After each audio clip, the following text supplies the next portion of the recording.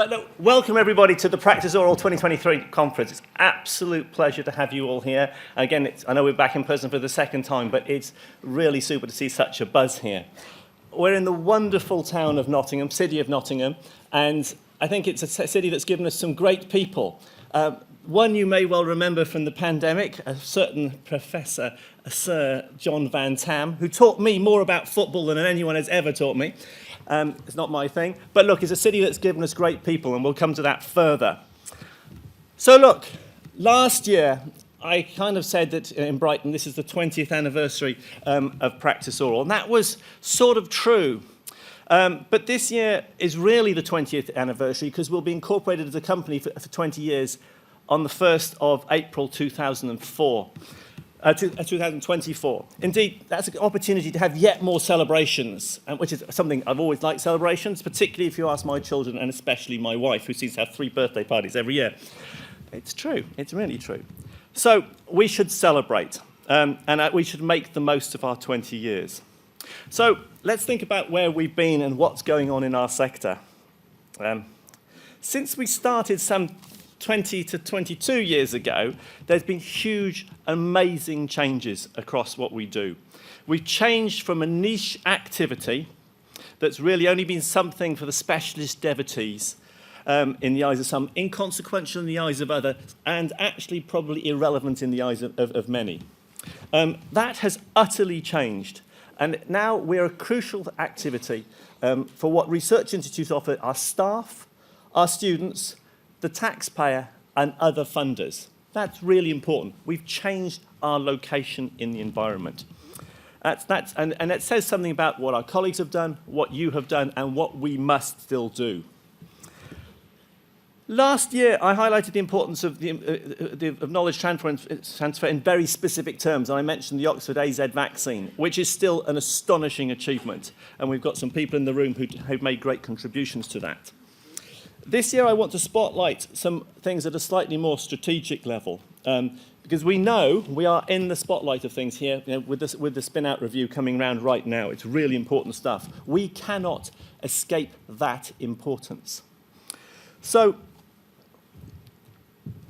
the fact that we're being reviewed is also telling us how important we are to government. So yes, the messages are strong and clear. But it is telling us that we must continue to do what we do to make sure we have the biggest possible impact for absolutely everybody. In whatever sphere that is, be it climate change, be it healthcare, be it social justice, all of these things are critically important, and all of us help those changes happen. So let's think about knowledge exchange. It started off as technology transfer. It's gone through KT. It's now knowledge exchange. The terminology is variable, and it's not the same across the world. Will that terminology change? Could it become innovation and engagement? I don't know. It's speculation, but it's likely to change. The question is, does that really matter? And I think the answer is absolutely yes. Because changes in terminology come when there are changes in our environment. And it's important that we manage that change, and we're part of that. And it doesn't happen to us. We, PraxisAuril, help guide that change in thinking. So we're changing that narrative. We own that kind of talk about who we are, what we do, how it's done, and what support we need to do and what we can offer. And I think it's really important to remember that it's you people in this room that have delivered all that stuff, and it's you people who need to be part of that debate as we discuss who we are and where we go. So thank you all of you for the great job you and your many, many colleagues across the country have done over the decades, and no doubt will do into the future. So the opportunity to change our future is huge, and we absolutely must take that. And it's rather exciting to be standing here at that time of change when we're sort of central to the national narrative. So let me think about how practice has evolved. And there's many ways you could talk about this, and I rather like this. I'm going to use an evolutionary analogy. I'm head of life sciences in Cambridge Enterprise. I thought I wanted to use that analogy last year, and I was told by some people that was a bit too geeky. But luckily, our CEO came up with the same idea, so we're going to go with it. Well, CEO is wiser than my wife. That's all I can say on this particular point. She's a biologist too. So look, Praxis course is in its first manifestation. You can liken it somewhat to a single-celled organism.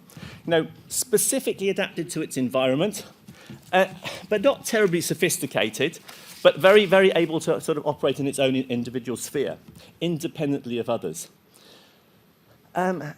Useful, but not where we really want to get to. But in technology readiness level terms, it's sort of proof of feasibility. It worked.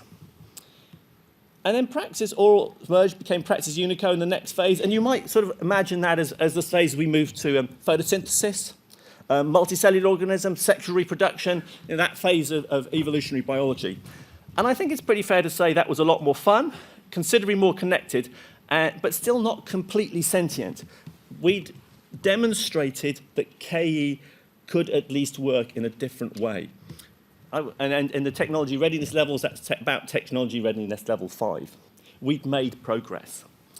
We've then evolved again to become PraxisAuril, merger of two big organisations. And it's rather ironic that the merger of two organisations then gave rise to use the increasingly tenuous analogy, the Cambrian explosion. So we came together and more stuff happened. And that was the era of connecting capability funds, which gave rise to superb things. For example, Northern Gritstone, great outcome. What an amazing story that is. I absolutely love it. And we got to the point where you might describe that as technology readiness level 7, system development. Praxis's responsibilities and opportunities to support such an environment is exciting. And to that end, we've even recognised that we need to play a very important role in developing you as people beyond basic training. We've understood this community needs to develop further, and we played a huge role in developing new courses to help people become new leaders. We've invested in the whole sector, and that's a very, very important thing. So that's all very exciting stuff. So what does all this evolution mean for you? It means we're looking out for you. We want to work with you. We care about what you do. We want to make things just more exciting. Our job is to make your job a lot easier, to make it a lot more fun, so that you have a much, much greater chance of succeeding. We are here to help you. And we've started that kind of evolution. And we've made a number of changes this year, which I'm going to talk a little bit about. So, my time as chair comes to the end of 3 years at the end of this year. And it's important that we actually have change at the top of these organisations. We don't become stale. We don't change presidential election cycles, as some countries have done, and that's generally a bad thing. It's good that people move on. But I would now like to take the opportunity to introduce you to Amanda Selvaratnam. Amanda is the Associate Director of Research and Enterprise at the University of York. She's Chair Designate of PraxisAuril, and will take over the role on the 1st of January 2004. Amanda's committed huge amounts of time to the board. We had some tough times through COVID because we're an organisation that generally generated revenue with in-person events. Not easy to run through COVID. We'd adapted, but she's huge amounts of effort there, huge amounts of effort putting conferences together, massive contribution to this one. Already has she put a huge amount of effort in. There's no doubt about her commitment to this wonderful organisation. But on a slightly more personal note, Amanda is a very tough and courageous person. She's an ultra runner. Blimey, I did the Black Cullen Ridge last week. I could not ultra run like she could. Unbelievable. But also, and I don't wish to embarrass you, but I noticed in the papers when it happened, Amanda donated a kidney to one of her children. I mean, what a courageous thing to do. But with that sort of outlook on life, you know that we are in wonderful hands. So I have every confidence this organisation will move on to bigger, better places. Amanda, my very best wishes. Good luck. It's very personal.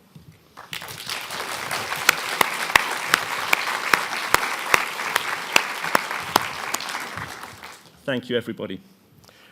Secondly, you will see we've got a new CEO, David Russell. He's absolutely wonderful. And he's also joined at an exciting time for the sectors I've just mentioned. So it's all change. It's exciting things. Importantly, This role as chair used to be a figurehead role. It's sort of, in a niche sector, it was sort of a little bit glamorous. You could have a couple of years of fun, going to talk to government. This job is now a 26 hours a day job. We need to be front and centre on the national agenda. We need to be talking to government as we need to. We need to be helping you guys as we need to, doing what needs to be done, representing whatever case needs to be done day in, day out. We need someone with those skills, and David certainly has those. I'm absolutely delighted that he's joined us. But he's been tasked with driving strategic change at this organisation and making us ever more supportive and relevant to you. And so we're delighted to have him here. Now, he only joined 3 months ago. We've already had a strategic review, a couple of away days, absolutely fantastic. He's got involved with the day-to-day nitty-gritty of the company and changing how we're operating there. Absolutely valuable. And thank you, David. But to give you a bit of background, his experiences in education, non-university education, schooling and the like, government and professional development. So very relevant skills, but also how to engage with government. That's really, really wonderful. And I think he's going to be able to manage that discussion at sort of the national level in ways that we have maybe not done as best as we should have done beforehand. And we should be honest about that.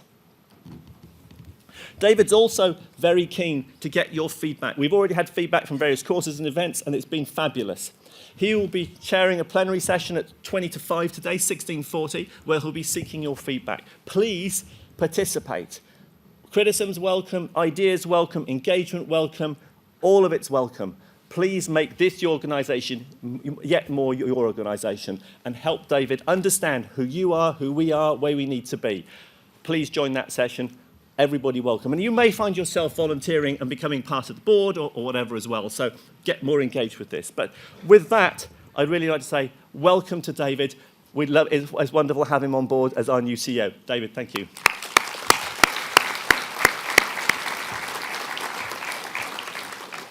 So returning to the national narrative, which is quite important, you well know that there's the spin-out review going on at the moment. And it's really, really, really important. And we're delighted that we've been able to attract one of the two named leads of that, Dr. Andrew Williamson, who happens to be the managing partner of Cambridge Innovation Capital, to come and talk to us on Friday on a plenary session just after lunch. Please do engage with that. It's really, really important. I mean, it is such an important agenda. And we've got two VCs, Andrew, and we've got the other VC, Irene Tracy. I mean, this is high-powered stuff. It is going to affect how we operate. It tells us how important what we do is, so we cannot ignore it. We have to engage with it positively and make the very most of it for our own collective benefit. So please get involved with that. But it does say something that Andrew is willing to turn up to this conference and hear your voice. He understands how important what we do, what you do, and what this sector does. So please, I know many of you will maybe want to slip off on a Friday afternoon. Please stay for that session and get engaged. Really, really important stuff. And remember, that's in the context of a backdrop where the equity debate has been fraught at best, often with not very good information, a lot of agendas flying around, a lot of shouting, a lot of noise, not all of it very helpful, a bit more Brownian motion over laser focus, a bit more heat over light, and we need to get past that. But we know we also need to be really, really honest about this. We had a wonderful session from Thomas Ulrichsen yesterday, who's head of the policy unit in Cambridge that looks at all things knowledge exchange and gets data as opposed to sentiment and tells us about it and tells us some honest and sometimes hard truths. And that session was fantastic. Thank you again for everyone's engagement. But we do know from Thomas's data that performance is not uniform across the country. There's some great places, there's some places that need help. And I think we should see this as not in the language of getting everyone above average, which is, we all know, mathematically daft and politically stupid thing to say, but always kept me amused.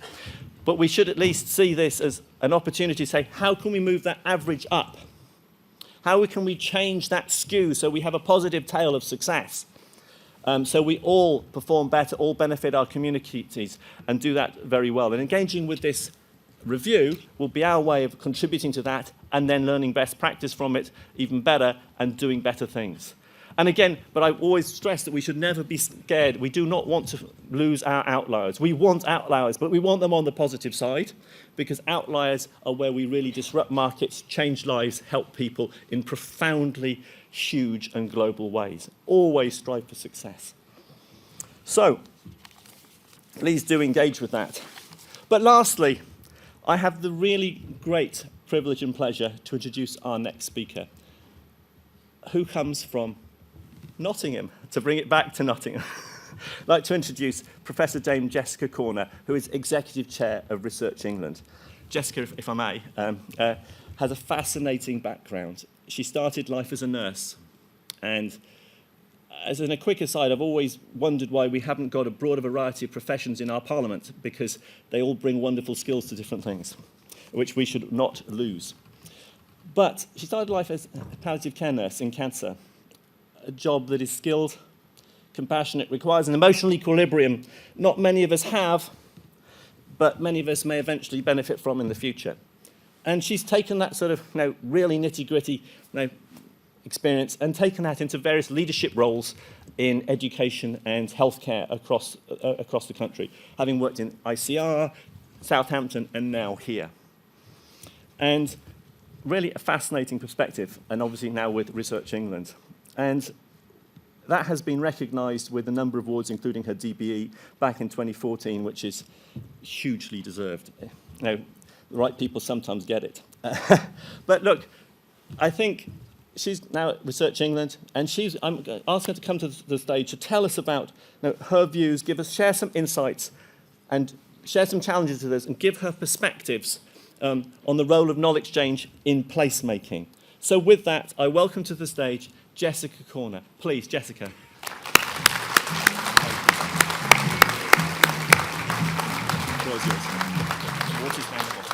Thank you.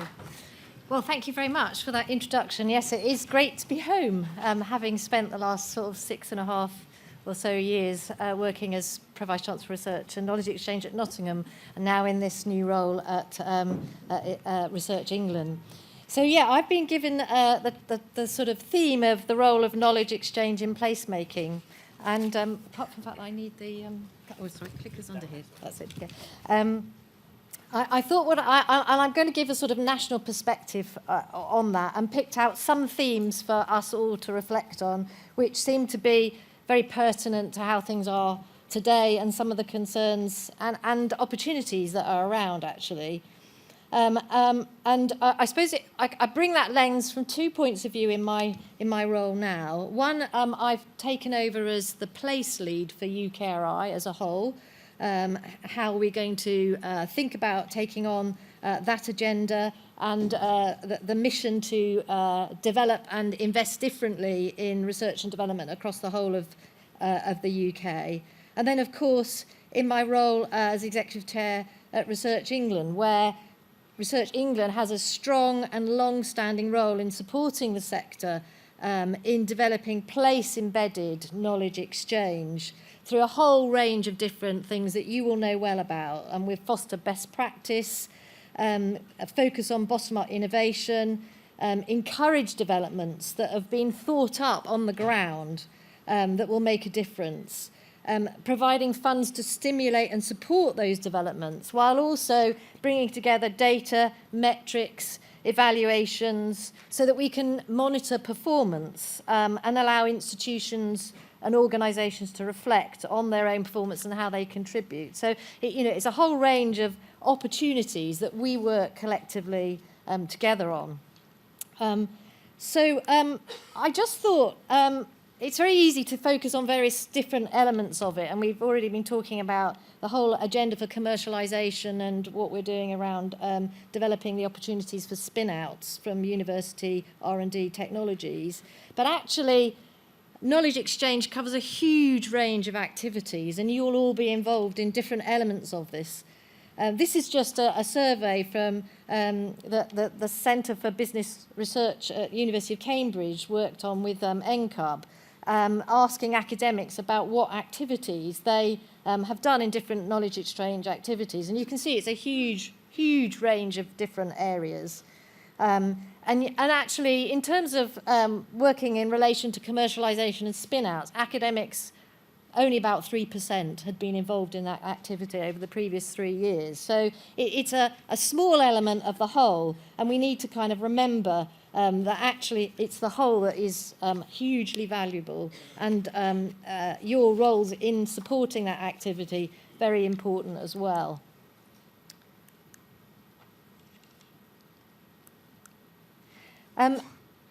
The UK Science and Technology Framework was published earlier this year, and I think it's a very, very valuable overview of government priorities, and really worth you looking at if you haven't taken a look at it. It wasn't developed just this year. It's based on a long-standing piece of work that's been done in terms of developing what cross-government activities should happen in developing the UK economy. And its mission to become the most innovative economy in the world, not just in the rankings, but in translating the benefits into something very material for the British people across the country, brings together these 10 areas of action to deliver that UK science superpower ambition, which, although we may feel it might be a bit hyperinflated sort of language, actually when you look into the detail of it, it has a lot of very useful and important actions now set out for us. And universities are actually seen to be absolutely central to that agenda. It identifies 5 critical technologies as the priorities: AI, quantum computing, engineering, biology, semiconductors, and the future of telecoms, but also the levers to deliver an environment where science and technology can flourish, telling the world our strengths, investing in R&D, ensuring that we have the right talent and skills, that we can invest in the next generation of companies that are intensive and generate science and technology themselves.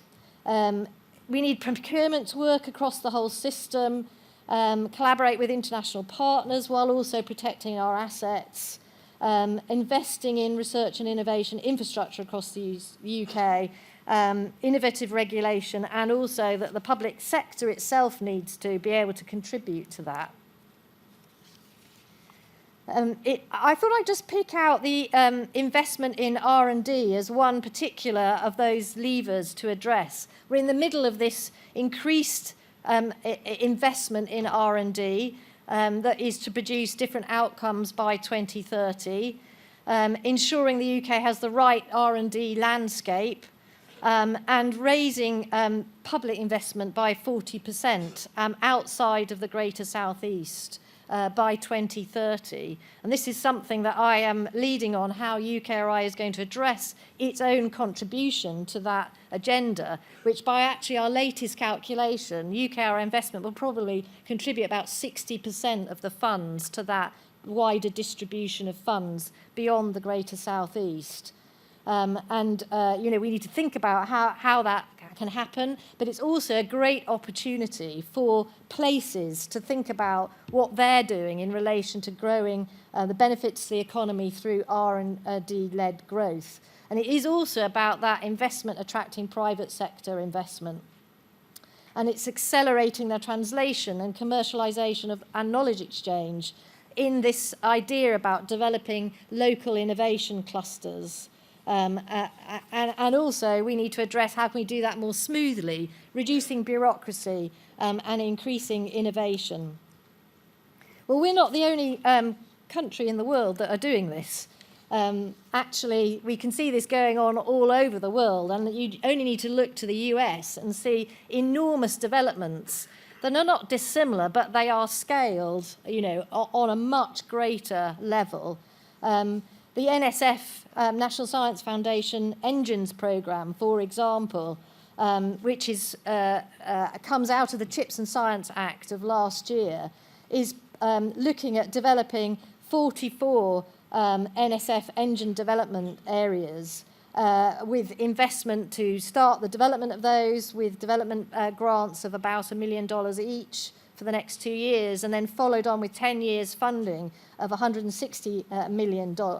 And they've been, they're regional developments of innovation and technology in localities that are centred around urban areas, but with the rural surrounds also adjacently also taken into account in that. And you can see the image shows some of those areas that have been selected.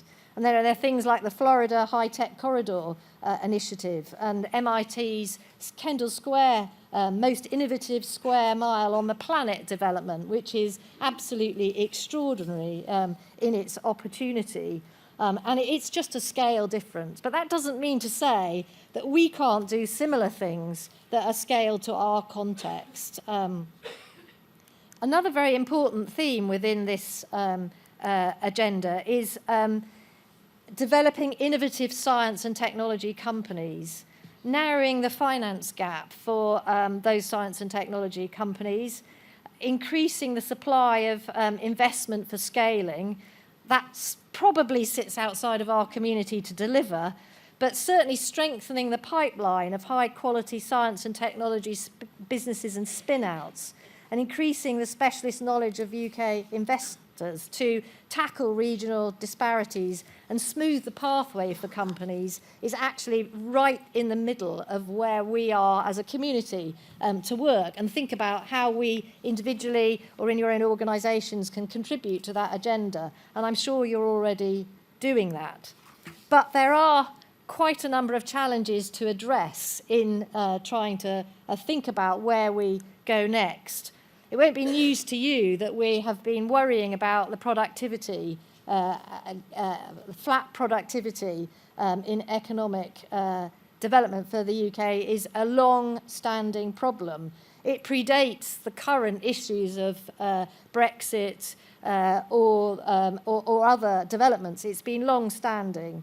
And this graph shows you the difference between London GPD per worker and Wales, for example. And you can see the gap continues to be great. It narrowed for a period, but it's got greater, actually, rather than smaller. And while we all, in the past, thought that actually powering London forward was going to benefit all other regions in the country by spillover effects, in fact, that wasn't the case. London powers ahead, but our regions struggle to develop. And regional differences in productivity are very, very substantial. There are only 11 regions of the country that are above average, the UK average. All of those are either in the Greater South East or in the east of Scotland. All the other areas that you can see below the UK are in places across the country where there is that productivity gap. And also there are differences in the UK to other countries. This graph shows you productivity differences across the EU, and you can see that we are amongst the largest productivity difference than most EU countries. So we've got a major issue to address and a gap to sort of fill. One important driver of that actually is R&D spend. And we know that R&D spend has been lower than the average, even though the figures have been readdressed by the Office for National Statistics. We still know that we're not quite at the average across the G7 and G20. When you look at the distribution of that R&D spend as a percentage of the total, you can see that there are gaps as well. Interestingly, though, actually, the US and Germany have a bigger concentration of that R&D spend than actually the UK. But overall, the low levels of R&D investment in the UK mean that even the largest of our clusters of research appear very modest by international comparison. In fact, the top 5 regions of the UK added together are substantially less than each of, on their own, Boston, Los Angeles, San Diego, Baltimore, New York, and Houston. So we're absolutely not in the same game in terms of R&D investment. And as we know, there's a direct follow-through of that R&D investment into commercialisation and R&D-led business development, that in itself is an issue. So although we now have greater investment into that, there's still issues to address in international competitiveness. Another challenge is actually the distribution of that funding. And this map shows you now UKRI are collating that data and doing it on an annual basis to show how the distribution of funding is delivered. And even by in any lens that you look at this, either the total of distribution of R&D funding, which is on the left hand of the slide, or if you look at it analysing it as a proportion of the local population, or as the percentage of GVA, you can see that there are issues in that the concentration is in the Greater South East. Although as a percentage of gross value added, it's more evenly distributed. So there is an issue about how do we begin to address that challenge and think about a wider distribution of that funding. What we don't want to do is to do that to the detriment of the Greater South East and the great institutions and the great activities and facilities that we have in those areas. That would be completely detrimental to the UK as a whole performance. So while we've got an increased amount of budget, we can at least, for the next 2 years, think about how we can address some of that, although time is short to do that. And in fact, actually, one of the issues around that is that when you look at success rates in applications of grants to UKRI, it's not success rates that are broadly the issue. There are small marginal differences across the UK, but broadly the success rates are not dramatically different, which means once somebody or a group applies for funding from UKRI, they compete on a relatively level playing field, actually.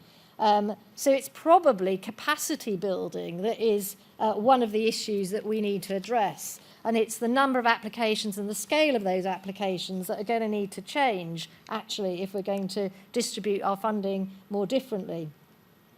To move on to another challenge, one that we've already heard mentioned this morning by Iain, is how do we now really think about the growing base of the innovative companies that is one of the priorities of the Science and Technology Framework. And of course, we're in the middle of this storm of myths and challenges around whether universities are doing the right thing or the wrong things in supporting this development, whether universities are indeed holding it back rather than pushing it forward.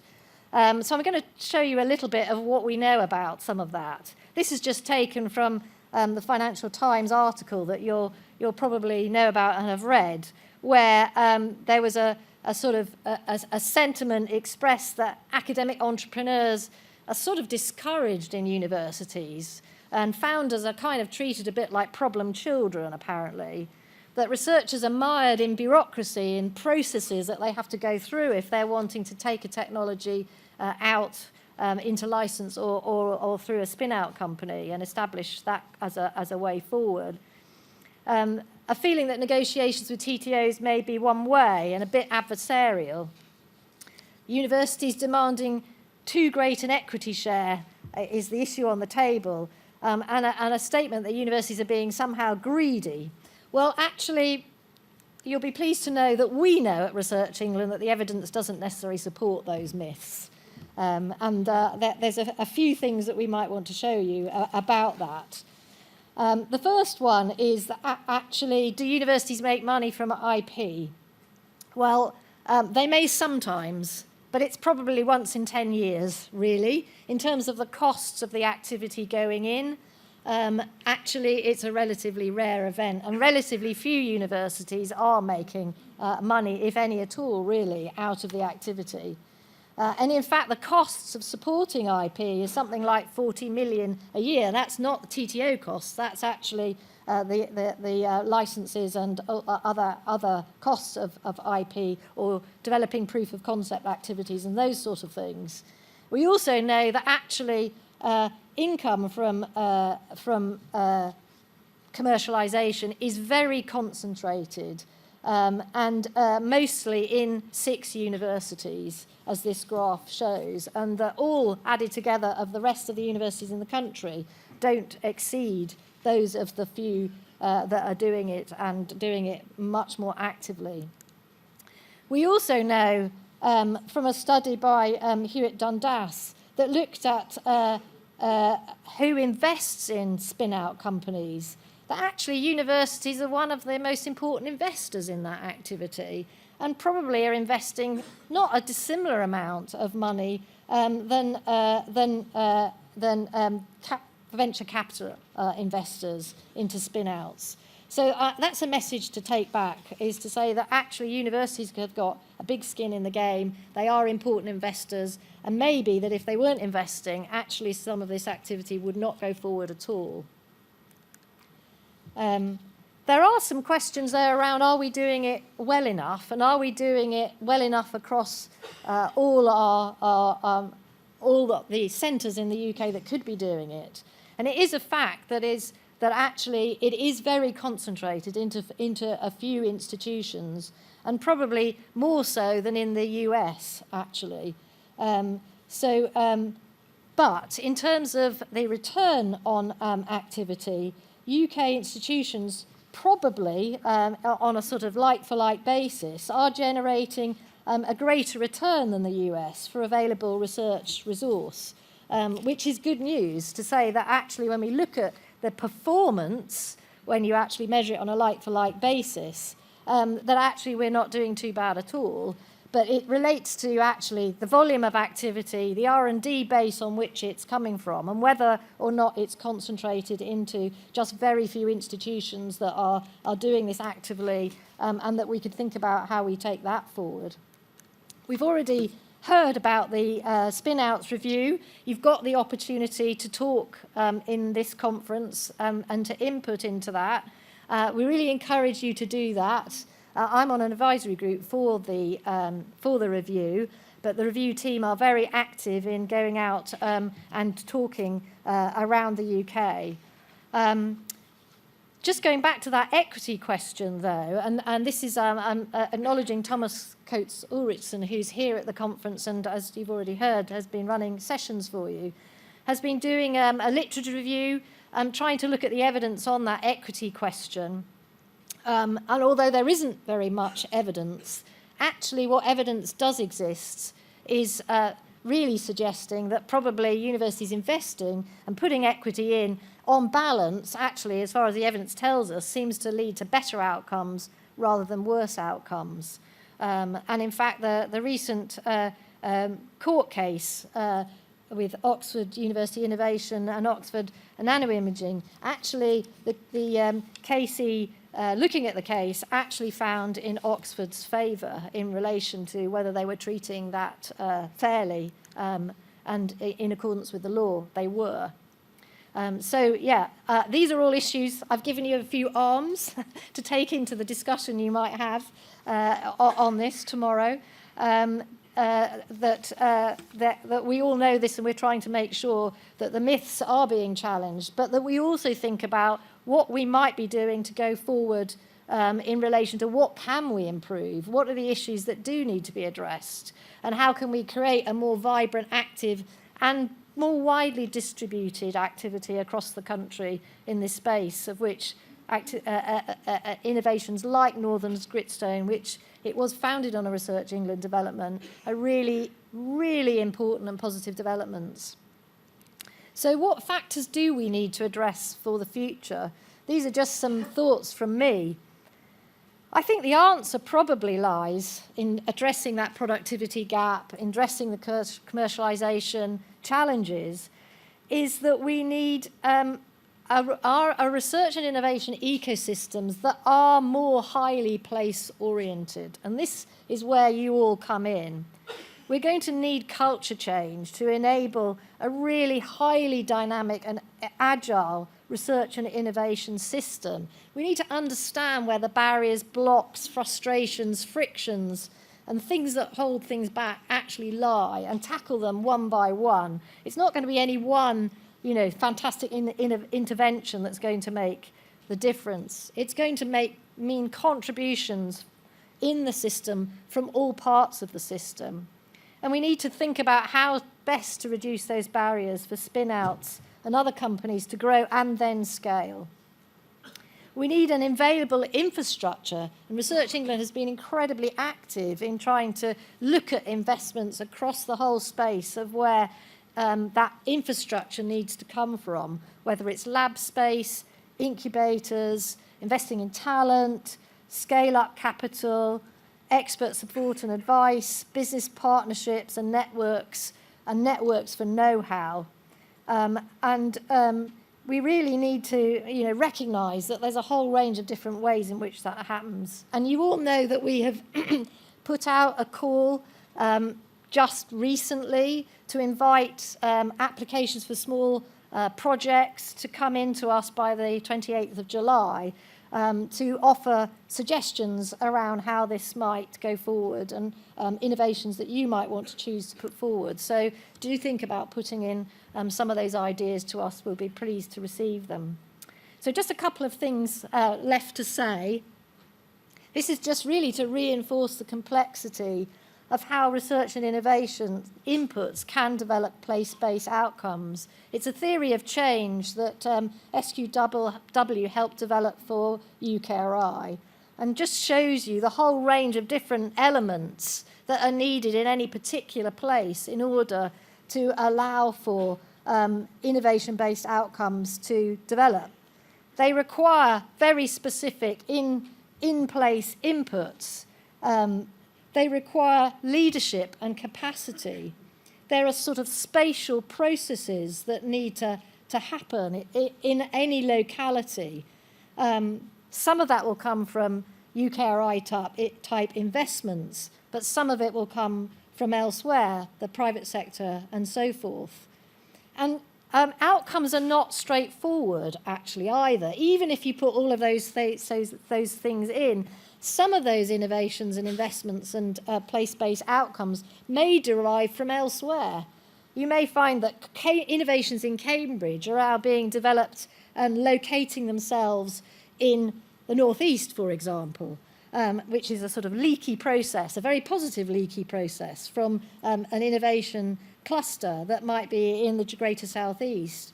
Equally, they may stick or not stick in the locality in which you actually develop them yourselves. And we need to recognise that happens and try and increase the possibility of that stickiness.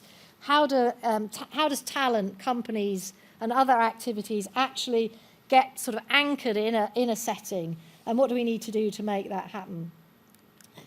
UKRI are thinking about how we can be a smart investor in this context, and we're looking at, where have we put lots of different investments that weren't necessarily planned strategically together, but if we did more of that, actually, could we develop them more actively? And this just shows how different councils in UKRI have invested in overlapping ways in different settings. And you can see, yes, there is a concentrator in the Greater South East, but actually there's plenty else going on as well.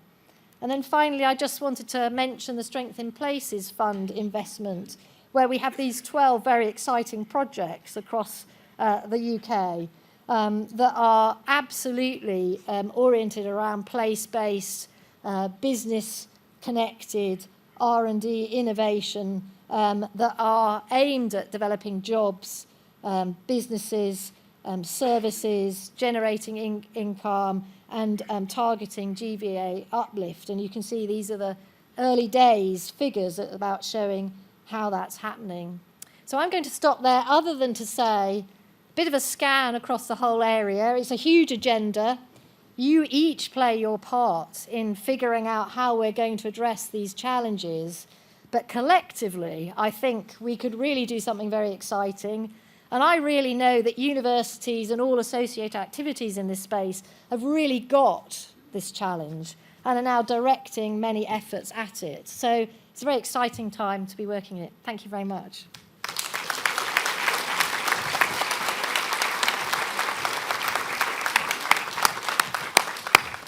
Thank you, Jessica, for a wonderful start to our conference. Lots of real profound detail in there, recognising this is a complex space. We have to work in a complex environment, and we have to recognise that. The challenges are huge, but they are solvable, and there is the inspiration. We have a wonderful organisation, Research England, that has supported some really innovative things over the years, CCF notwithstanding as an example. Things do move around. One of our great technology, chip company technology, has set up its foundry in Durham. One of our industrial biology companies has moved its operations to Norwich. That's a really important story. So with that, thank you very much, Jessica, for a great opening to this conference.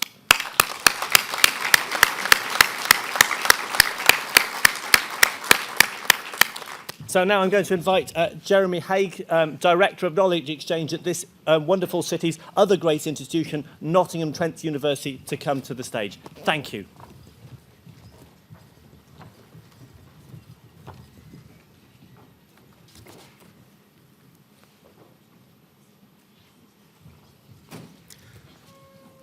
As my colleagues come and take their seats, I want to say good morning, and on behalf,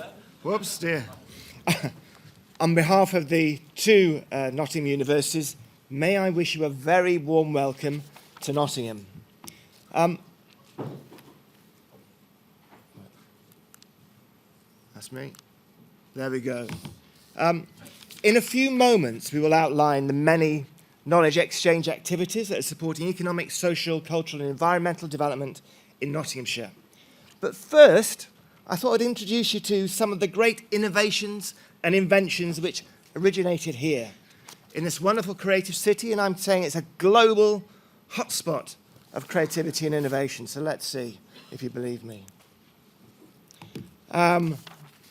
So here we have Sir Peter Mansfield, who was awarded the Nobel Prize for his contribution to advances in magnetic resonance imaging while at the University of Nottingham.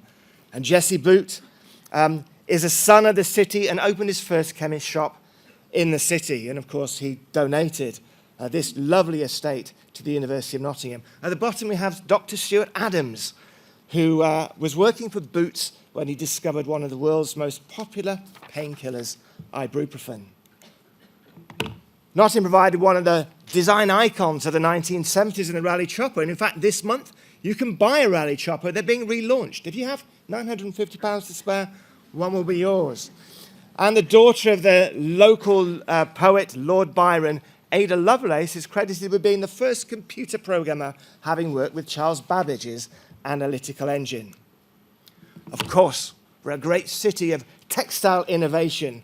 And not only was Robin Hood our first fashion icon, sporting his green tights, wandering across the market square, but local vicar William Lee invented the world's first knitting machine in 1589. His girlfriend spent too much time knitting, and he wanted to spend time with her, so he invented her a knitting machine.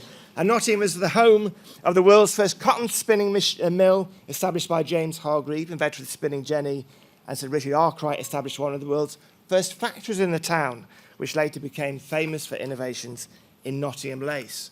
And we remain a city of textile innovations. We are the world headquarters to Sir Paul Smith's fashion empire after it opened his first shop in Bayard Lane in 1970. Speedo's European HQ is in the city, and at NTU, we have an advanced textiles research group who are embedding electronics and sensors into textiles, and even our knitting is involved in space satellites. Finally, we are a great city of football innovations. And I'm really pleased to say that we have now the world's oldest football league club. Yes, in the Football League, Notts County, who gave its black and white strip to Juventus. And it was in Nottingham that shin pads, crossbars and goal nets were first used, and the very first time a whistle was used in a football match with Nottingham Forest.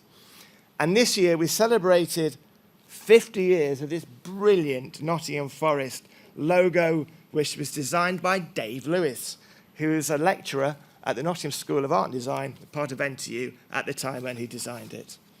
It's a bit of a background to what we're about. And today, Nottingham remains home to Boots. We have Experian, the leading financial services business, was founded in the city.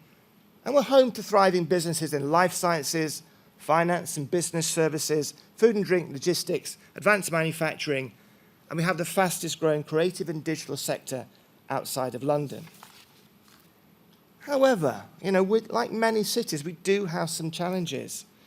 So Nottingham and Nottinghamshire face high levels of deprivation, and in Nottingham City and pockets of Nottinghamshire rank amongst the top 10 most deprived areas in the country, with skills attainments lower than the national average.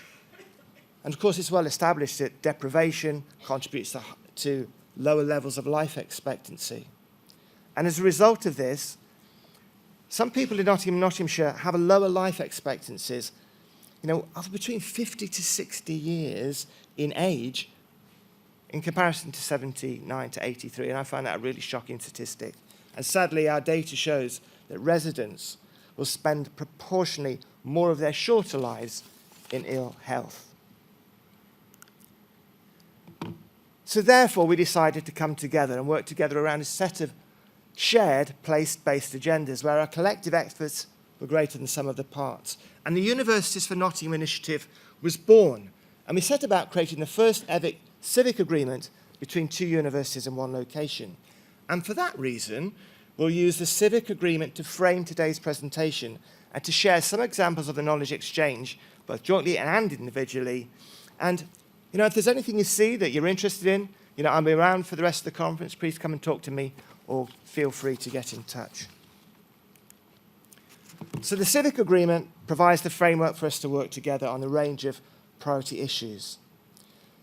And as a result, our organisations which work together on the agreement, we're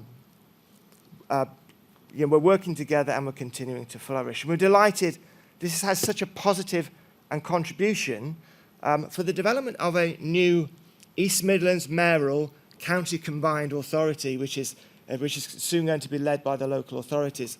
And that combined authority will be given powers and funding related to economic development, regeneration, education and skills, transport and housing. And the value of the strong partnership, working together under the Universities for Nottingham banner, will undoubtedly support the MCA's ongoing delivery and progress. And we've currently got 10 signatories, and you can see here we have local authorities, health bodies, and an FE college which is partnering with NTU. So our civic agreement is structured in these 5 themes, and we'll share examples of these this morning. So I'm now going to hand over to Dr. Sarah Want, who's Pro-Vice Chancellor for Knowledge Exchange and Civic Engagement at Nottingham Trent University.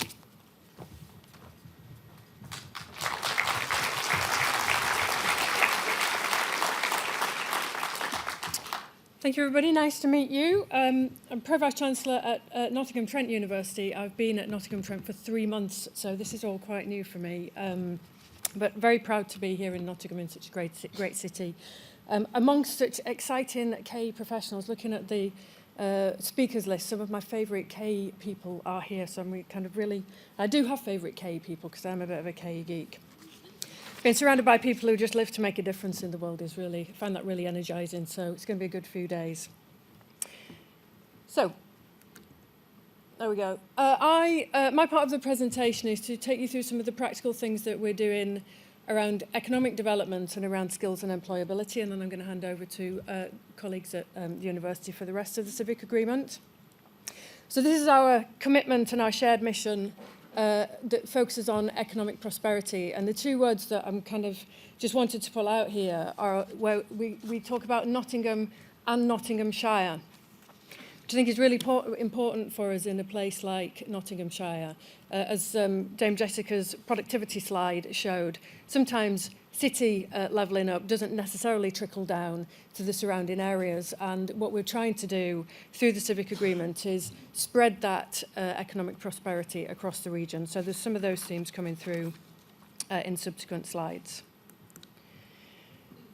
Okay, this is a great story that I have watched develop from afar over the last 2 decades. Big point there. This stuff takes a long time to do properly. And as KE professionals, I think often we tend to work on 3-year timescales with funded projects. And, we all know that patience is a virtue in this world, isn't it? So our universities have a long history of collaboration, which predates the the Universities for Nottingham Civic Agreement. This is a great example, the work that we've done with the biotechnology sector in the city, that's had really major impact on the city, really positive impact in a situation that could have been pretty dramatically bad for Nottingham. So in 2002, along with lots of other pharmaceutical companies in the country, BASF decided to move its operations elsewhere in the world. And as they locked the door on the laboratories, they handed over the keys to NTU and go for your life, Nottingham was what they said. So we got together with East Midlands Development Agency, as it was then, and University of Nottingham, and we formed BioCity Nottingham, which later expanded to be have an outpost in Glasgow, BioCity Glasgow, Medicity Glasgow, Medicity Nottingham, all in partnership with Walgreens Boots Alliance. That developed further in 2017, which was then in partnership not with the Regional Development Agency, but what was then the LEP, or what is now the D2N2 LEP, and Nottingham City Council, and we extended that laboratory through the demand that we'd created for further laboratory spaces. So we opened an extra 50,000 square feet of laboratory space in 2017, and some of the companies that were located there are now some of our biggest and fastest growing companies. The incubator's impact does stretch further, though, than just the laboratory space that it provides or the number of tenants, companies within it. And the biggest, I suppose, statistic that I think is really meaningful here is that in 1999, so before we started this work, there was a report, the Sainsbury report into biotechnology clusters in the UK, that listed the cities with the biggest clusters, and Nottingham was nowhere near being in that report. Fast forward to today, we've got 200 life sciences firms, and we've got a really, really important biotechnology and life sciences cluster in Nottingham. So a real big story of success. So big that in 2021, we sold BioCity to the We Are Pioneer Group, which is a great success story, but impacts really badly on our HEPCA return, unfortunately. So we'll not dwell on that one. But a great story of the universities working together with the private sector and the public sector, importantly, who invested put a lot of confidence in us to make a success of that. At a time when life sciences clusters were developing at a much faster rate, for instance, in the southeast, and we weren't on the map. Okay, so I'm going to talk now about some more I suppose, more traditional business support projects that people in the room, I imagine, will be familiar with this type of project. Business support that we deliver jointly with the University of Nottingham. One thing that I love about Nottingham is that it's absolutely obsessed with net zero and low carbon. I didn't actually know that before I came to Nottingham, but I know it, and I've heard that in spades since I've arrived here. So this is an example of a business support programme that we ran with ERDF funding. University of Nottingham manages this business support for energy innovation programme. It provides specialist consultancy, events, workshops, student placements, capital grants, and access to outstanding facilities and expertise in both universities.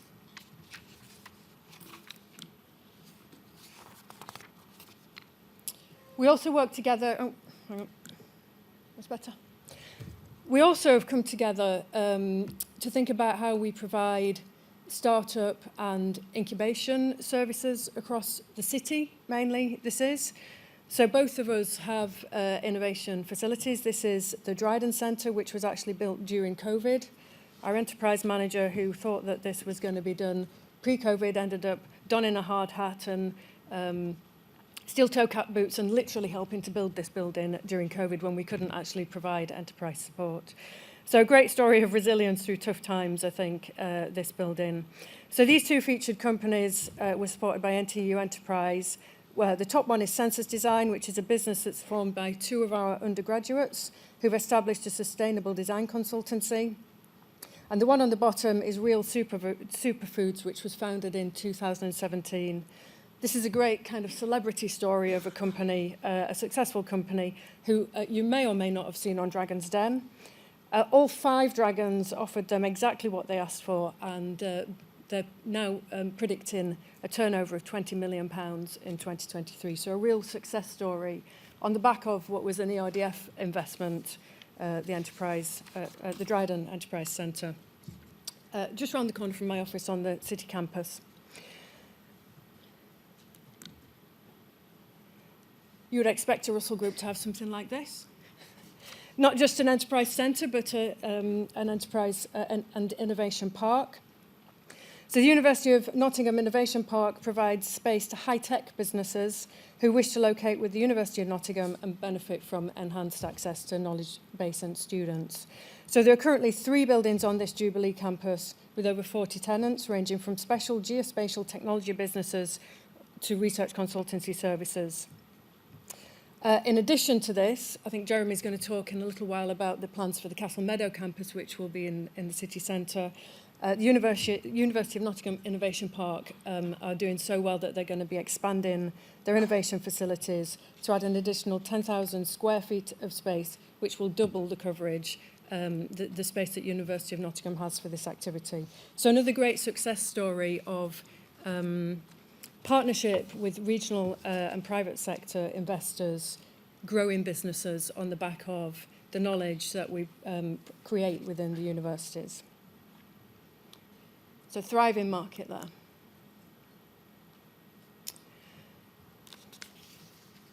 So we're really committed to student knowledge exchange as well, which I think is be interesting to talk to people about student knowledge exchange over the next few days, because it's something that I think as a sector we're obviously kind of starting to try to define and get interested in. And I think there's a kind of really interesting question about where our standard student offer finishes and where knowledge exchange can add value. So it'd be good to kind of have chats about that over the next couple of days. So just some examples of things that we've done around student knowledge exchange. NTU has placed over 1,000 part-funded graduates for up to a year in local businesses. We track those and we know that they stay in businesses locally, and we know that many of those, because we've been doing this for a long time, are now directing our local businesses. So our Vice-Chancellor is keen to say that one of our biggest knowledge exchange impacts is the graduates that go into our local economy. And I think that that's a really important point that shouldn't be overlooked. In addition, we've run a sustainability and enterprise programme where 500 students became net zero consultants for business. So we've looked at helping students to become consultants, so not just focusing on academic consultancy, but supporting students and upskilling them to provide their knowledge very practically into businesses. Again, with a focus on net zero, as that is something that the city is very, very concerned about and prioritising.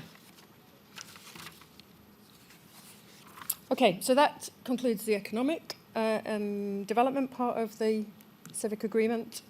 I'm going to go on to talk a little bit about the education and skills side of the things that we do. Again, I'm not going to read this out, but I think the main points here are that the first one is about trying to find communities in need and really listening to what those communities need in terms of skills development and employability support.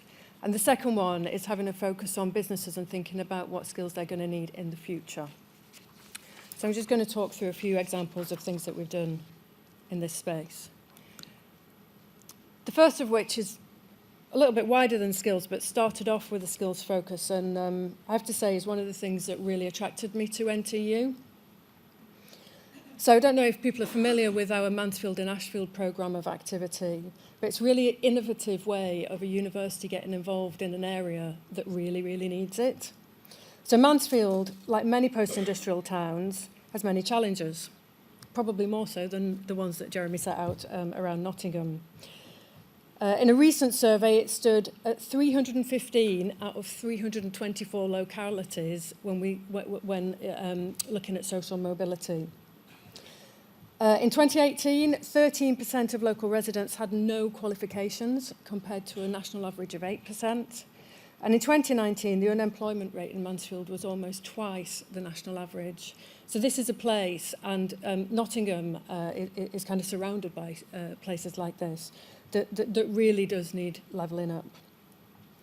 So we got together with partners in Mansfield and Ashfield to kind of think about what we could do about that, partly because that aligned with our values. You know, it's just the right thing to do. And if we could find some mutually beneficial programs, we were keen to make a difference there.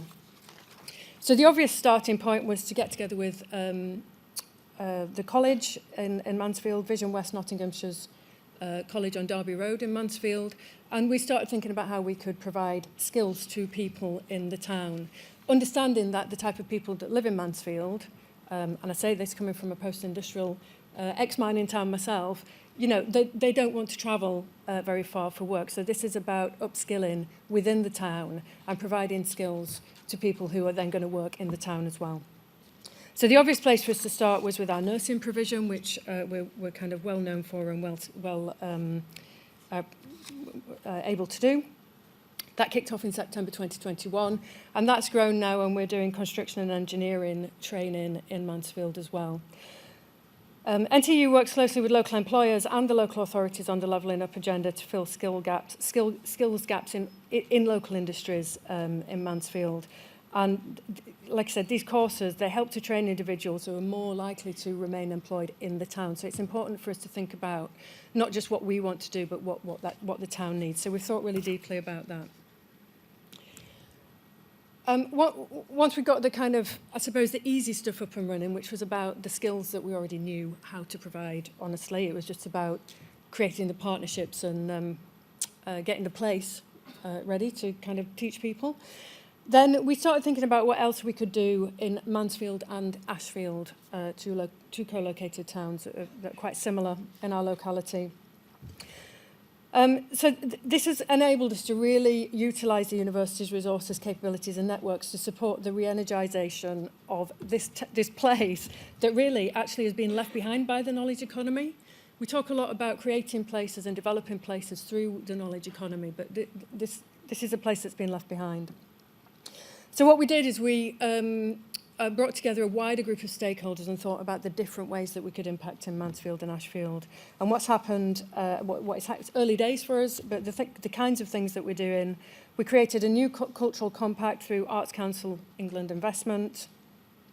We've developed a programme of social prescribing with Ashfield Voluntary Action. Through the Nottingham Law School, we've provided lots of advice to local residents.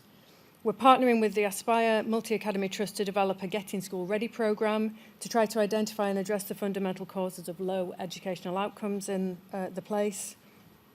And we've worked with Mansfield and Ashfield District Councils to develop the Towns Fund programme.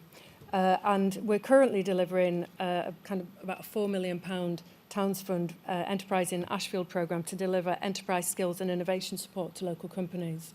So all of that, I mean, I've talked about kind of the impact in the place there, but all of that is very closely tied back to the core delivery of the universities around student experience and around research and innovation. I am going to skip my last two slides and pass over to Jeremy, I think, because I've taken quite a lot of time up. I do like to talk. So Jeremy Gregory is my good friend and Pro-Vice-Chancellor at the University of Nottingham, the other university in the Civic Agreement.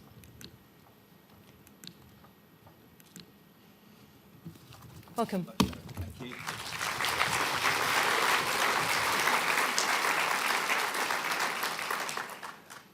You don't have to be called Jeremy to work on this collaboration, but there are two of us. So I am one of the Pro-Vice-Chancellors at the University of Nottingham, but I'm also our lead for civic engagement, and it's been a fantastic couple of years doing this role.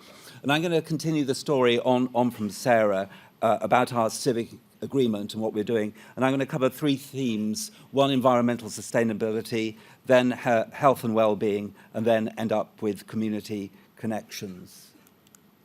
Okay, so again, I'm not going to read out our civic agreement in its entirety, but there are two things just to highlight.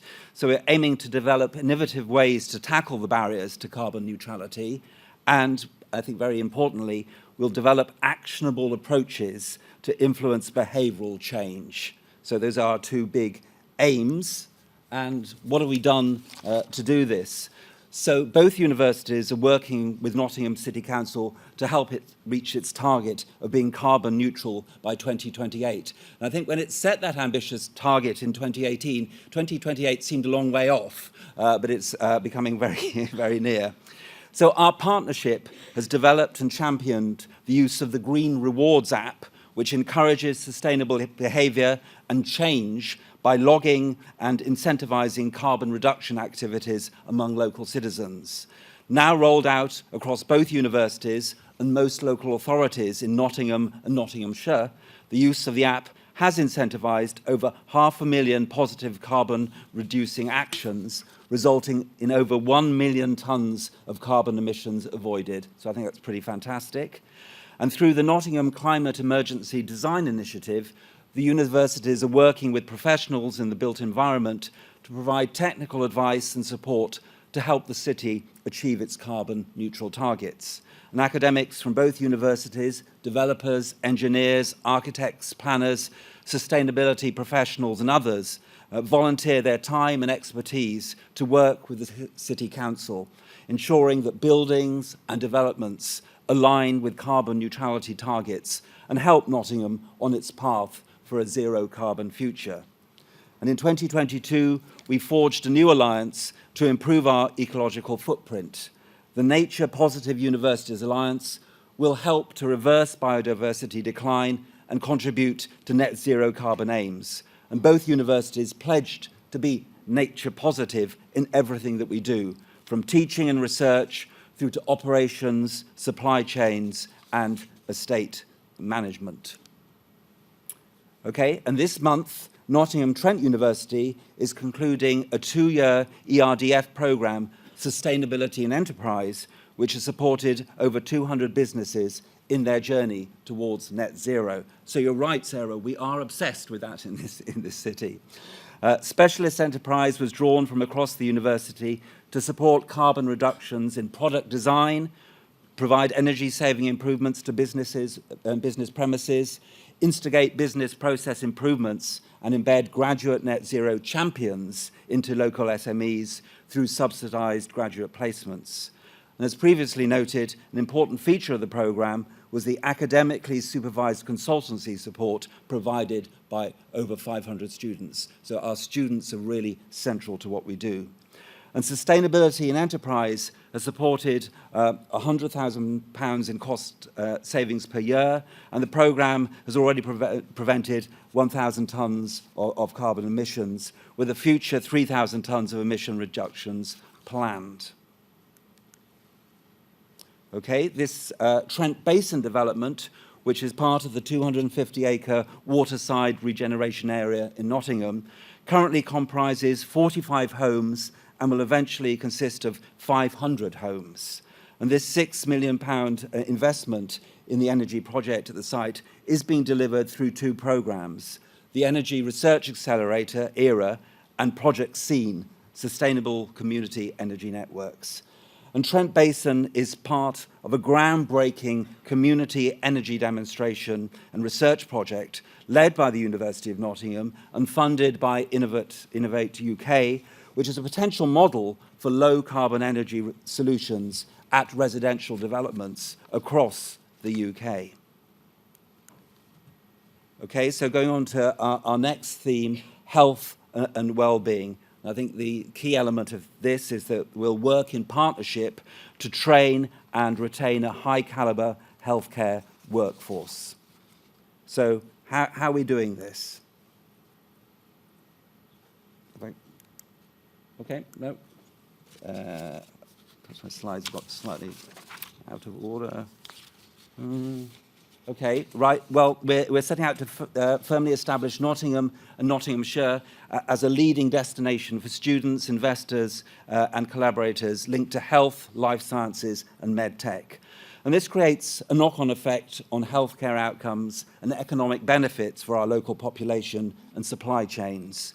Strides were made in 2022 to develop our medical technologies offer, and this was acknowledged through Nottingham becoming an Association of British Healthcare Industries partner city, providing a springboard for future action and investment across Nottingham and Nottinghamshire.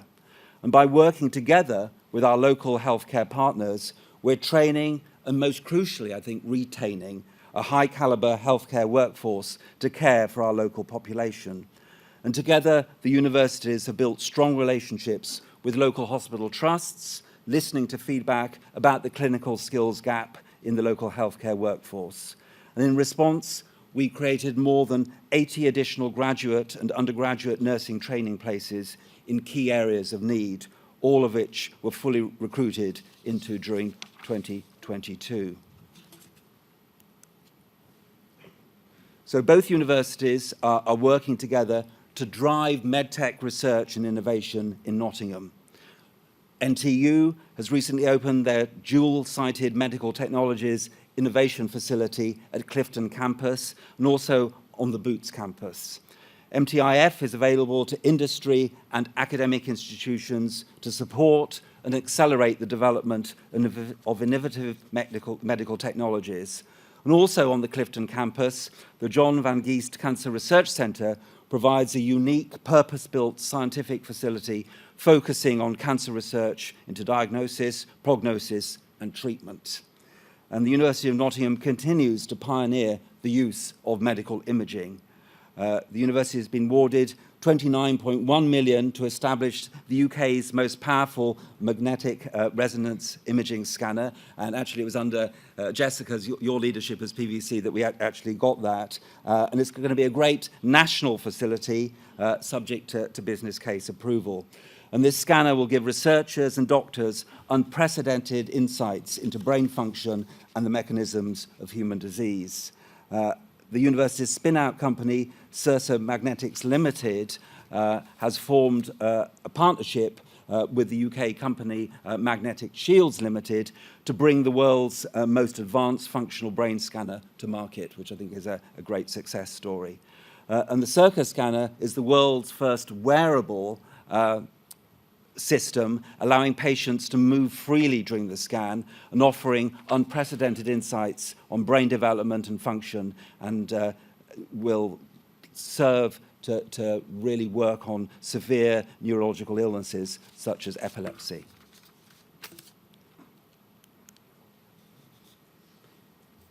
Okay, under health and well-being, NTU has a new specialist teaching facilities for nursing and allied professions at Clifton and in their new Mansfield hub, which is great. And this picture in the centre shows father and son Adrian and Casper Diallo from Gedling in Nottingham, who are studying mental health and nursing at NTU. They chose the course because they want to make a difference and look after vulnerable people. So a brilliant story.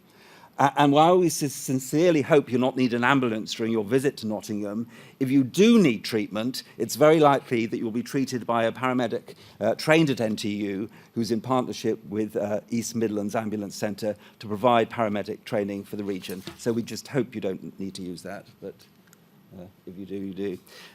So Nottingham Healthcare Innovation Platform is a 3-year project funded by the Higher Education Innovation Fund at the University of Nottingham, and it brings together local NHS trusts and the university to collaborate on interdisciplinary research projects that will address the challenges found within clinical healthcare settings. So I'm coming on to my last part of the Civic Agreement, which is community connections. And I think this is where some great strides have been made. So what did we want to do in our Civic Agreement? We wanted to better connect the expertise and energy of our innovative, creative student and academic communities with initiatives that directly benefit our local communities. And I'm just going to talk through a couple of these things. So we were delighted as two universities to be funded by Research England to collaborate on a new approach to doctoral training. And I should say we got that funding under the previous chief exec, David Sweeney. It wasn't under Jessica's time. And we're collaborating on this new doctoral training program. It's centered on community-engaged research, where projects aim to address challenges that are important to Nottingham and Nottinghamshire communities. And in fact, it's a fantastic project because the ideas for our doctoral programs come from the communities themselves. So I think it's a really radical, innovative way of thinking about doctoral research. And over 8 years, the CoLab program will train 50 PhD students as researchers and future civic leaders who can bridge the gaps between academia and civic society. The project will also train 25 citizen scientists through short placements that aim to create more accessible and inclusive opportunities for research experience. So, following wide-ranging community consultation through events and the online crowdsourcing platform Crowdicity, the first cohort of 10 projects started in April 2023. Importantly, these students were recruited through a newly developed competitive process based on competency-based frameworks that identified the best candidates based on the alignment of their values to the programme and their potential for success to deliver excellent research. And all topics are linked to community partners, and these include understanding and responding to youth violence, promoting direct democracy in the NHS, and overcoming racial barriers to effective maternity care. And we're going to show you a short video which explains more about the programme. The co-laboratory doctoral training programme is a new way of doing doctoral training in partnership with civic organisations in Nottingham City and County. Undoubtedly, we are going to not only train better researchers, but use and give these tools to the organisations to improve internally and engage better with the wider community. I think it's really important for local people to be able to shape and influence the research that's happening locally because they live here and they work here. So we're really excited about this project. It will help us bring the latest research and evidence and knowledge from the universities into the way that we design health services to better meet the needs of the populations. It's really important for us that the work that we do as a City Council, that the work that is done across the public services of Nottingham reflects the diversity of our great city. So we think it's a great initiative.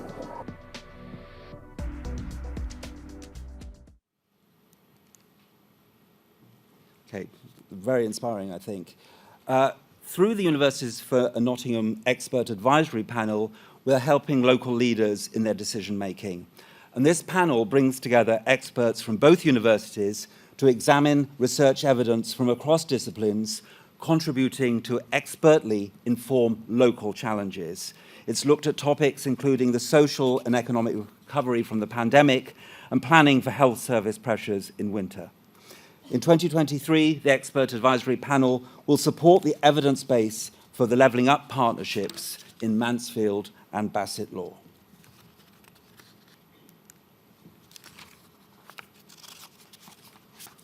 Okay, this is my last example from this particular theme. Nottingham Trent University are partnering with the Nottingham City Council to develop an innovative model of local collaborative governance involving 4 types of local actors: local government, academia, business, and local citizens. And through the multi-actor research and knowledge exchange teams, Markets project, a market square is formed around a specific issue. And collaborating organisations within a market square share information and resources in order to facilitate local problem solving, which is at once inclusive, relevant and effective. And the core principle is to involve and impact citizens in meaningful and tangible ways.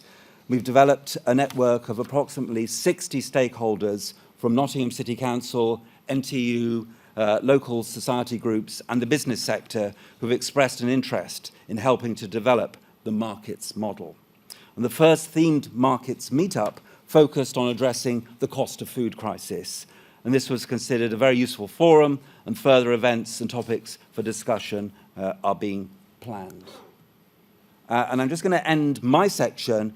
Sarah said I would say something about our Newcastle Meadow campus, which the University of Nottingham acquired in the autumn of 2021. This was the former HMRC offices, and we're looking for Castle Meadow campus to be a catalyst for an innovation district in the centre of Nottingham, helping to drive forward our civic agenda.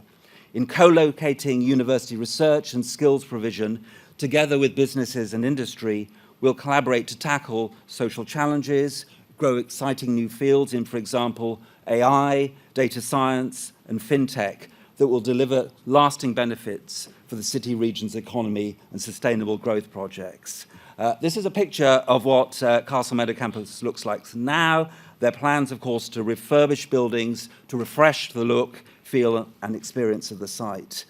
Location-wise, Castle Meadow campus sits just to the north of the city's historical Nottingham Castle, hence its name.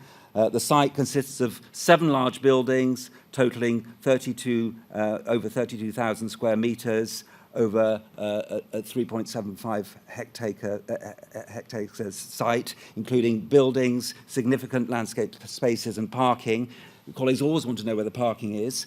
It was constructed, and this is really exciting, it was constructed in the early 90s by Hopkins Architects. And at that time, it was a really leading example of sustainability in building, and we're excited to take on that story.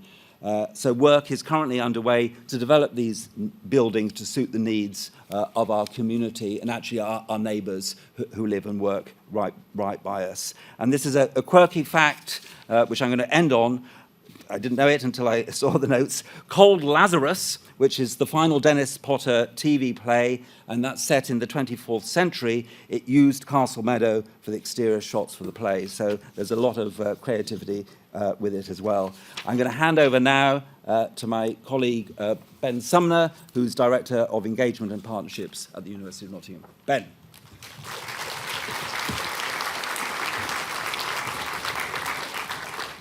Thank you, Jeremy. So, good morning, everybody. I wasn't sure, given all that content and great examples, whether I was going to have 30 seconds to kind of do my bit at the end, but I've actually got plenty of time. I will be fairly brief, though, because I know it's me that stands between you and the break, and it's not only coffee, but I think there's opportunity to network and talk to each other, which is a really valuable part of these conferences. I've just been asked to talk a little bit about the future of the partnership. Now, we've seen all those really good examples of the activity across those themes and the really important areas, and that work will continue and that focus will continue. But we live in evolving times, and particularly in this part of the world, there are a number of kind of changes that are happening to us, and really reflecting on Jessica's presentation around the importance of R&D in developing placemaking and the role of innovation clusters. That's something we see the Universities for Nottingham is evolving to in its next phase. So devolution is happening here as it is happening in many parts of the country, and there are opportunities and challenges with that, which I'll say a little bit about. We need to think about how we continue to support innovation and skills through those, and we need to think about the sectors that we're going to focus on, and we've heard good examples across a number of those in the previous presentation. So this slide just hasn't moved on, has it? You press that button quite hard. So this slide just reflects some of the complexity that's happening in the East Midlands and Nottinghamshire at the moment. So as part of the we very much welcome the devolution process in the East Midlands. The development of the combined authority should give us the potential to operate some of these innovation and skills programs at a bigger scale than we have done in the past. But what we've witnessed here is a kind of in that gap between the development of the East Midlands Combined Authority and where we are today, kind of a plethora of initiatives and programs that are developed that we need to work out how we respond to. So the East Midlands Development Corporation has been around for a little while now, developing a number of sites across the Derby and Nottinghamshire kind of area, which you can see there. We received a Freeport a couple of years ago, which is looking at sites particularly around on the fringes of Nottingham City, around the airport, actually into Leicestershire and in Derby as well. And most recently in the budget this year, we saw the news that there would be an East Midlands investment zone. And what does that mean for us? And how do we work across those range of different organisations? And finally, earlier this year again, we were very positive news that the first commercial fusion reactor will be built in North Nottinghamshire on the current West Burton site. So again, there are lots of things happening here. How do we respond to those as a university, as a group of universities?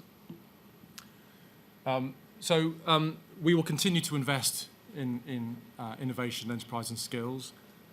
We have a number of programs that we're doing at the moment that have kind of recently started, and these are arranged across a whole different area of activity.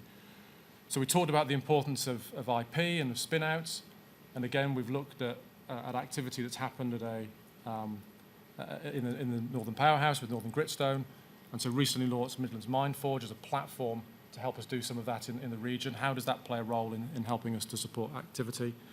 And then there are much more kind of student, again, we talked about the importance of student activity and how do we support students to be part of that innovation journey and what role will they play in helping to deliver some of these investment zones. And so you can see there are facilities that have been developed through the Confetti Institute of Technologies, which is part of NTU, and they've recently opened an esports facility, for example. So that really importance of that digital sector. In terms of the focus on sectors, one of the challenges for us is about how we pick those areas we're going to focus on and what is important to us. We know that Nottingham has an advantage in a number of areas. So in digital, we know that Nottingham has one of the fastest growing creative and digital sectors outside London. It contributes over £1 billion to the local economy and is growing significantly faster than the average in the city. Both universities are investing significantly in the future of this technology. Our own Castle Meadow campus will be very much focused around that digital AI agenda. NTU is opening a new design and digital arts building in the city. So there's significant investment coming into this, but how do we define and differentiate what's happening here as opposed to other places? How do we make this part of that innovation cluster process? We're also investing significantly in manufacturing and green industries. So again, as part of the Towns Fund that Sarah mentioned, NTU is part of the ADMC, Advanced Distribution and Manufacturing Centre, which is being funded in Ashfield as part of their Towns Fund activity to help develop automated technologies and deploy those in local businesses. And in Nottingham, we have significant activity around zero carbon research, particularly around electrification. And we host the Driving Electrification Midlands Industrialisation Centre. How do we maximise these assets and make those part of an innovation programme? So what I wanted to kind of spend most of the time thinking about was some of the challenges that we're facing, and I think some of the challenges that perhaps other places are facing in terms of how they wrestle with the development of these innovation clusters. So we've seen in lots of examples, and we've talked about technology areas and sectors that I'm sure many other regions are thinking about. So net zero, life sciences, digital. How do we identify and differentiate what we are good at, as opposed to those really kind of broad generic areas? And I think there's so when we looked at some of the investment zones, there's half a dozen that are thinking about hydrogen. What is the bit of hydrogen that we're doing here, and how do we define that? How do we set out the programme that ensures that actually these are not just we've got one of these as well initiatives, and actually really build on the existing research base, the existing industry cluster. And so these have to really reflect where there is existing capability. So we're working hard as part of that investment zone programme to think about those innovation interventions. The investment zone here will be based around advanced manufacturing and green industries. How do we think about that? How do we find that differentiation? How do we work with our public sector partners? How do we work with our industry partners to be clear about what that means for us as opposed to just that catch-all term? The other piece that we're really working on, and I think the investment zone has been really helpful in this, is the role of universities in economic development. I think Jeremy's leading a session about this straight after that, so there's plenty of opportunity to talk about and discuss that at this conference. But one of the things we've found through this is whilst the Universities for Nottingham has been a really important platform to create that partnership with local authorities, to help us understand their needs and to help us reflect and respond to those challenges. And I think we've done that in a really positive way, and you've seen that through many of the examples we've talked about. How does the university play that role, and how do we help those local authorities to understand the role of R&D and innovation? the capacity within local authorities to deliver these types of programs has been eroded. And so how do we as universities step into that space and help them to understand and to deliver that? And so we've been doing some work through a government-funded pilot around the role of universities as drivers of trade and investment, and how do we use that innovation to attract new businesses here, to help business growth, and to create jobs and to address that productivity gap. And I think that's been a really useful programme to working with our local authority partners to help them understand the reach of universities, the way in which we have these international and global connections, and our power to bring international businesses to the table around many of these topics. We talked about the importance of skills and education is one of the key themes of Universities for Nottingham. But how do we deliver that in a way that meets those industry needs, those local skills gaps, but also allows us to deliver our core activity? And we saw that in Mansfield, NTU have been able to do that by focusing on things where they have capability around nursing, around green skills. How do we develop those programs and ensure that skills are part of that innovation landscape? So digital is a really good example. Many of the digitals, we saw some of the deprivation challenges in places like Mansfield and Nottingham. Some of the digital skills challenges are really quite basic. They're not the sorts of things that a PhD is necessarily going to be looking at. But actually, some of the ways that you might address those challenges are now part of PhD programs being delivered through the co-laboratory. So again, how do we design those programs and ensure that we can deliver those types of programs that we're capable of delivering and we have the capacity to do? And there's where we need to work in partnership. And again, it's really important why FE colleges are now becoming part of the Universities for Nottingham programme. And I'll just then finish by thinking about actually what the partnership means. And one of the things that we wrestle with in this part of the country is what we mean by place. So does that mean Mansfield? Does that mean Nottingham? Does that mean D2N2? So that's our LEP, which is Derbyshire, Derby, Nottingham, Nottinghamshire. Or does it mean the Midlands? So we're part of the Midlands Engine, we're part of Midlands Innovation Universities, NTU is part of the Midlands Enterprise Universities. So does place mean Midlands to us, and how do we manage that? Now, it's probably not as catchy as Universities for Nottingham, but should we become the Universities for the East Midlands Mayoral Counties Combined Authority? There's a genuine kind of point there about actually what is this partnership for, and how do we reflect both those political boundaries, but also the economic geography. So actually, if we're going to do something around zero carbon, actually the corridor probably stretches down the M1, down the M42 corridor, so we need to be partnering with the University of Sheffield and the University of Birmingham, and probably Loughborough as well. So there's a real debate, I think, about what place means, and that's often informed by the funding mechanisms. Some of those are really challenging to us at the moment. So we've wrestled with, as I'm sure many have, with the Shared Prosperity Fund, where actually we've had to bid for activity just within Nottingham City. And so we hope that the East Midlands Mayoral County Combined Authority will help us with some of those challenges. And in broadening that partnership, it may be that we're not just the two universities anymore, and we need to think about how we bring other partners into that. You'll have seen in the civic agreement that there are other signatories from local authorities, from NHS trusts. Who are the other organisations we need to bring into that partnership? Do we need to bring industry into that as well? So these are some of the kind of challenges that we're wrestling with. I will bring it to a conclusion there. I hope you've seen that the work that we've done through Universities for Nottingham has delivered some really excellent outcomes for the city. I hope that you've kind of taken from it the importance of working in partnership, both with our university colleagues, but critically with those public sector organisations, whether that's the NHS Trust, the City Council, the County Council, and the endorsement of Mel, the CEO of the City Council, the CoLab programme has been really important. When we look forward to continuing to build that partnership through that new combined authority and building links particularly with beyond the county and the city with our colleagues, particularly in Derbyshire and Derby, as we look to try to make sure that all the great work that happens across the universities in this patch continues to make a difference for the citizens of the area. So thank you, everybody.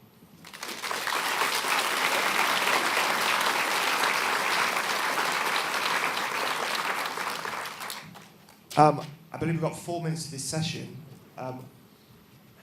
Do we have time for one question, one or two questions? If anybody's got any questions, of course you may be desperate to get. One short question of anybody? Ready, roving up? Yeah, we will. Yeah, we're here for the we're all here for the coffee break. Everybody's So gasping for a cuppa. So let's go and do that if you want to speak to us. But thank you very much for your time and attention.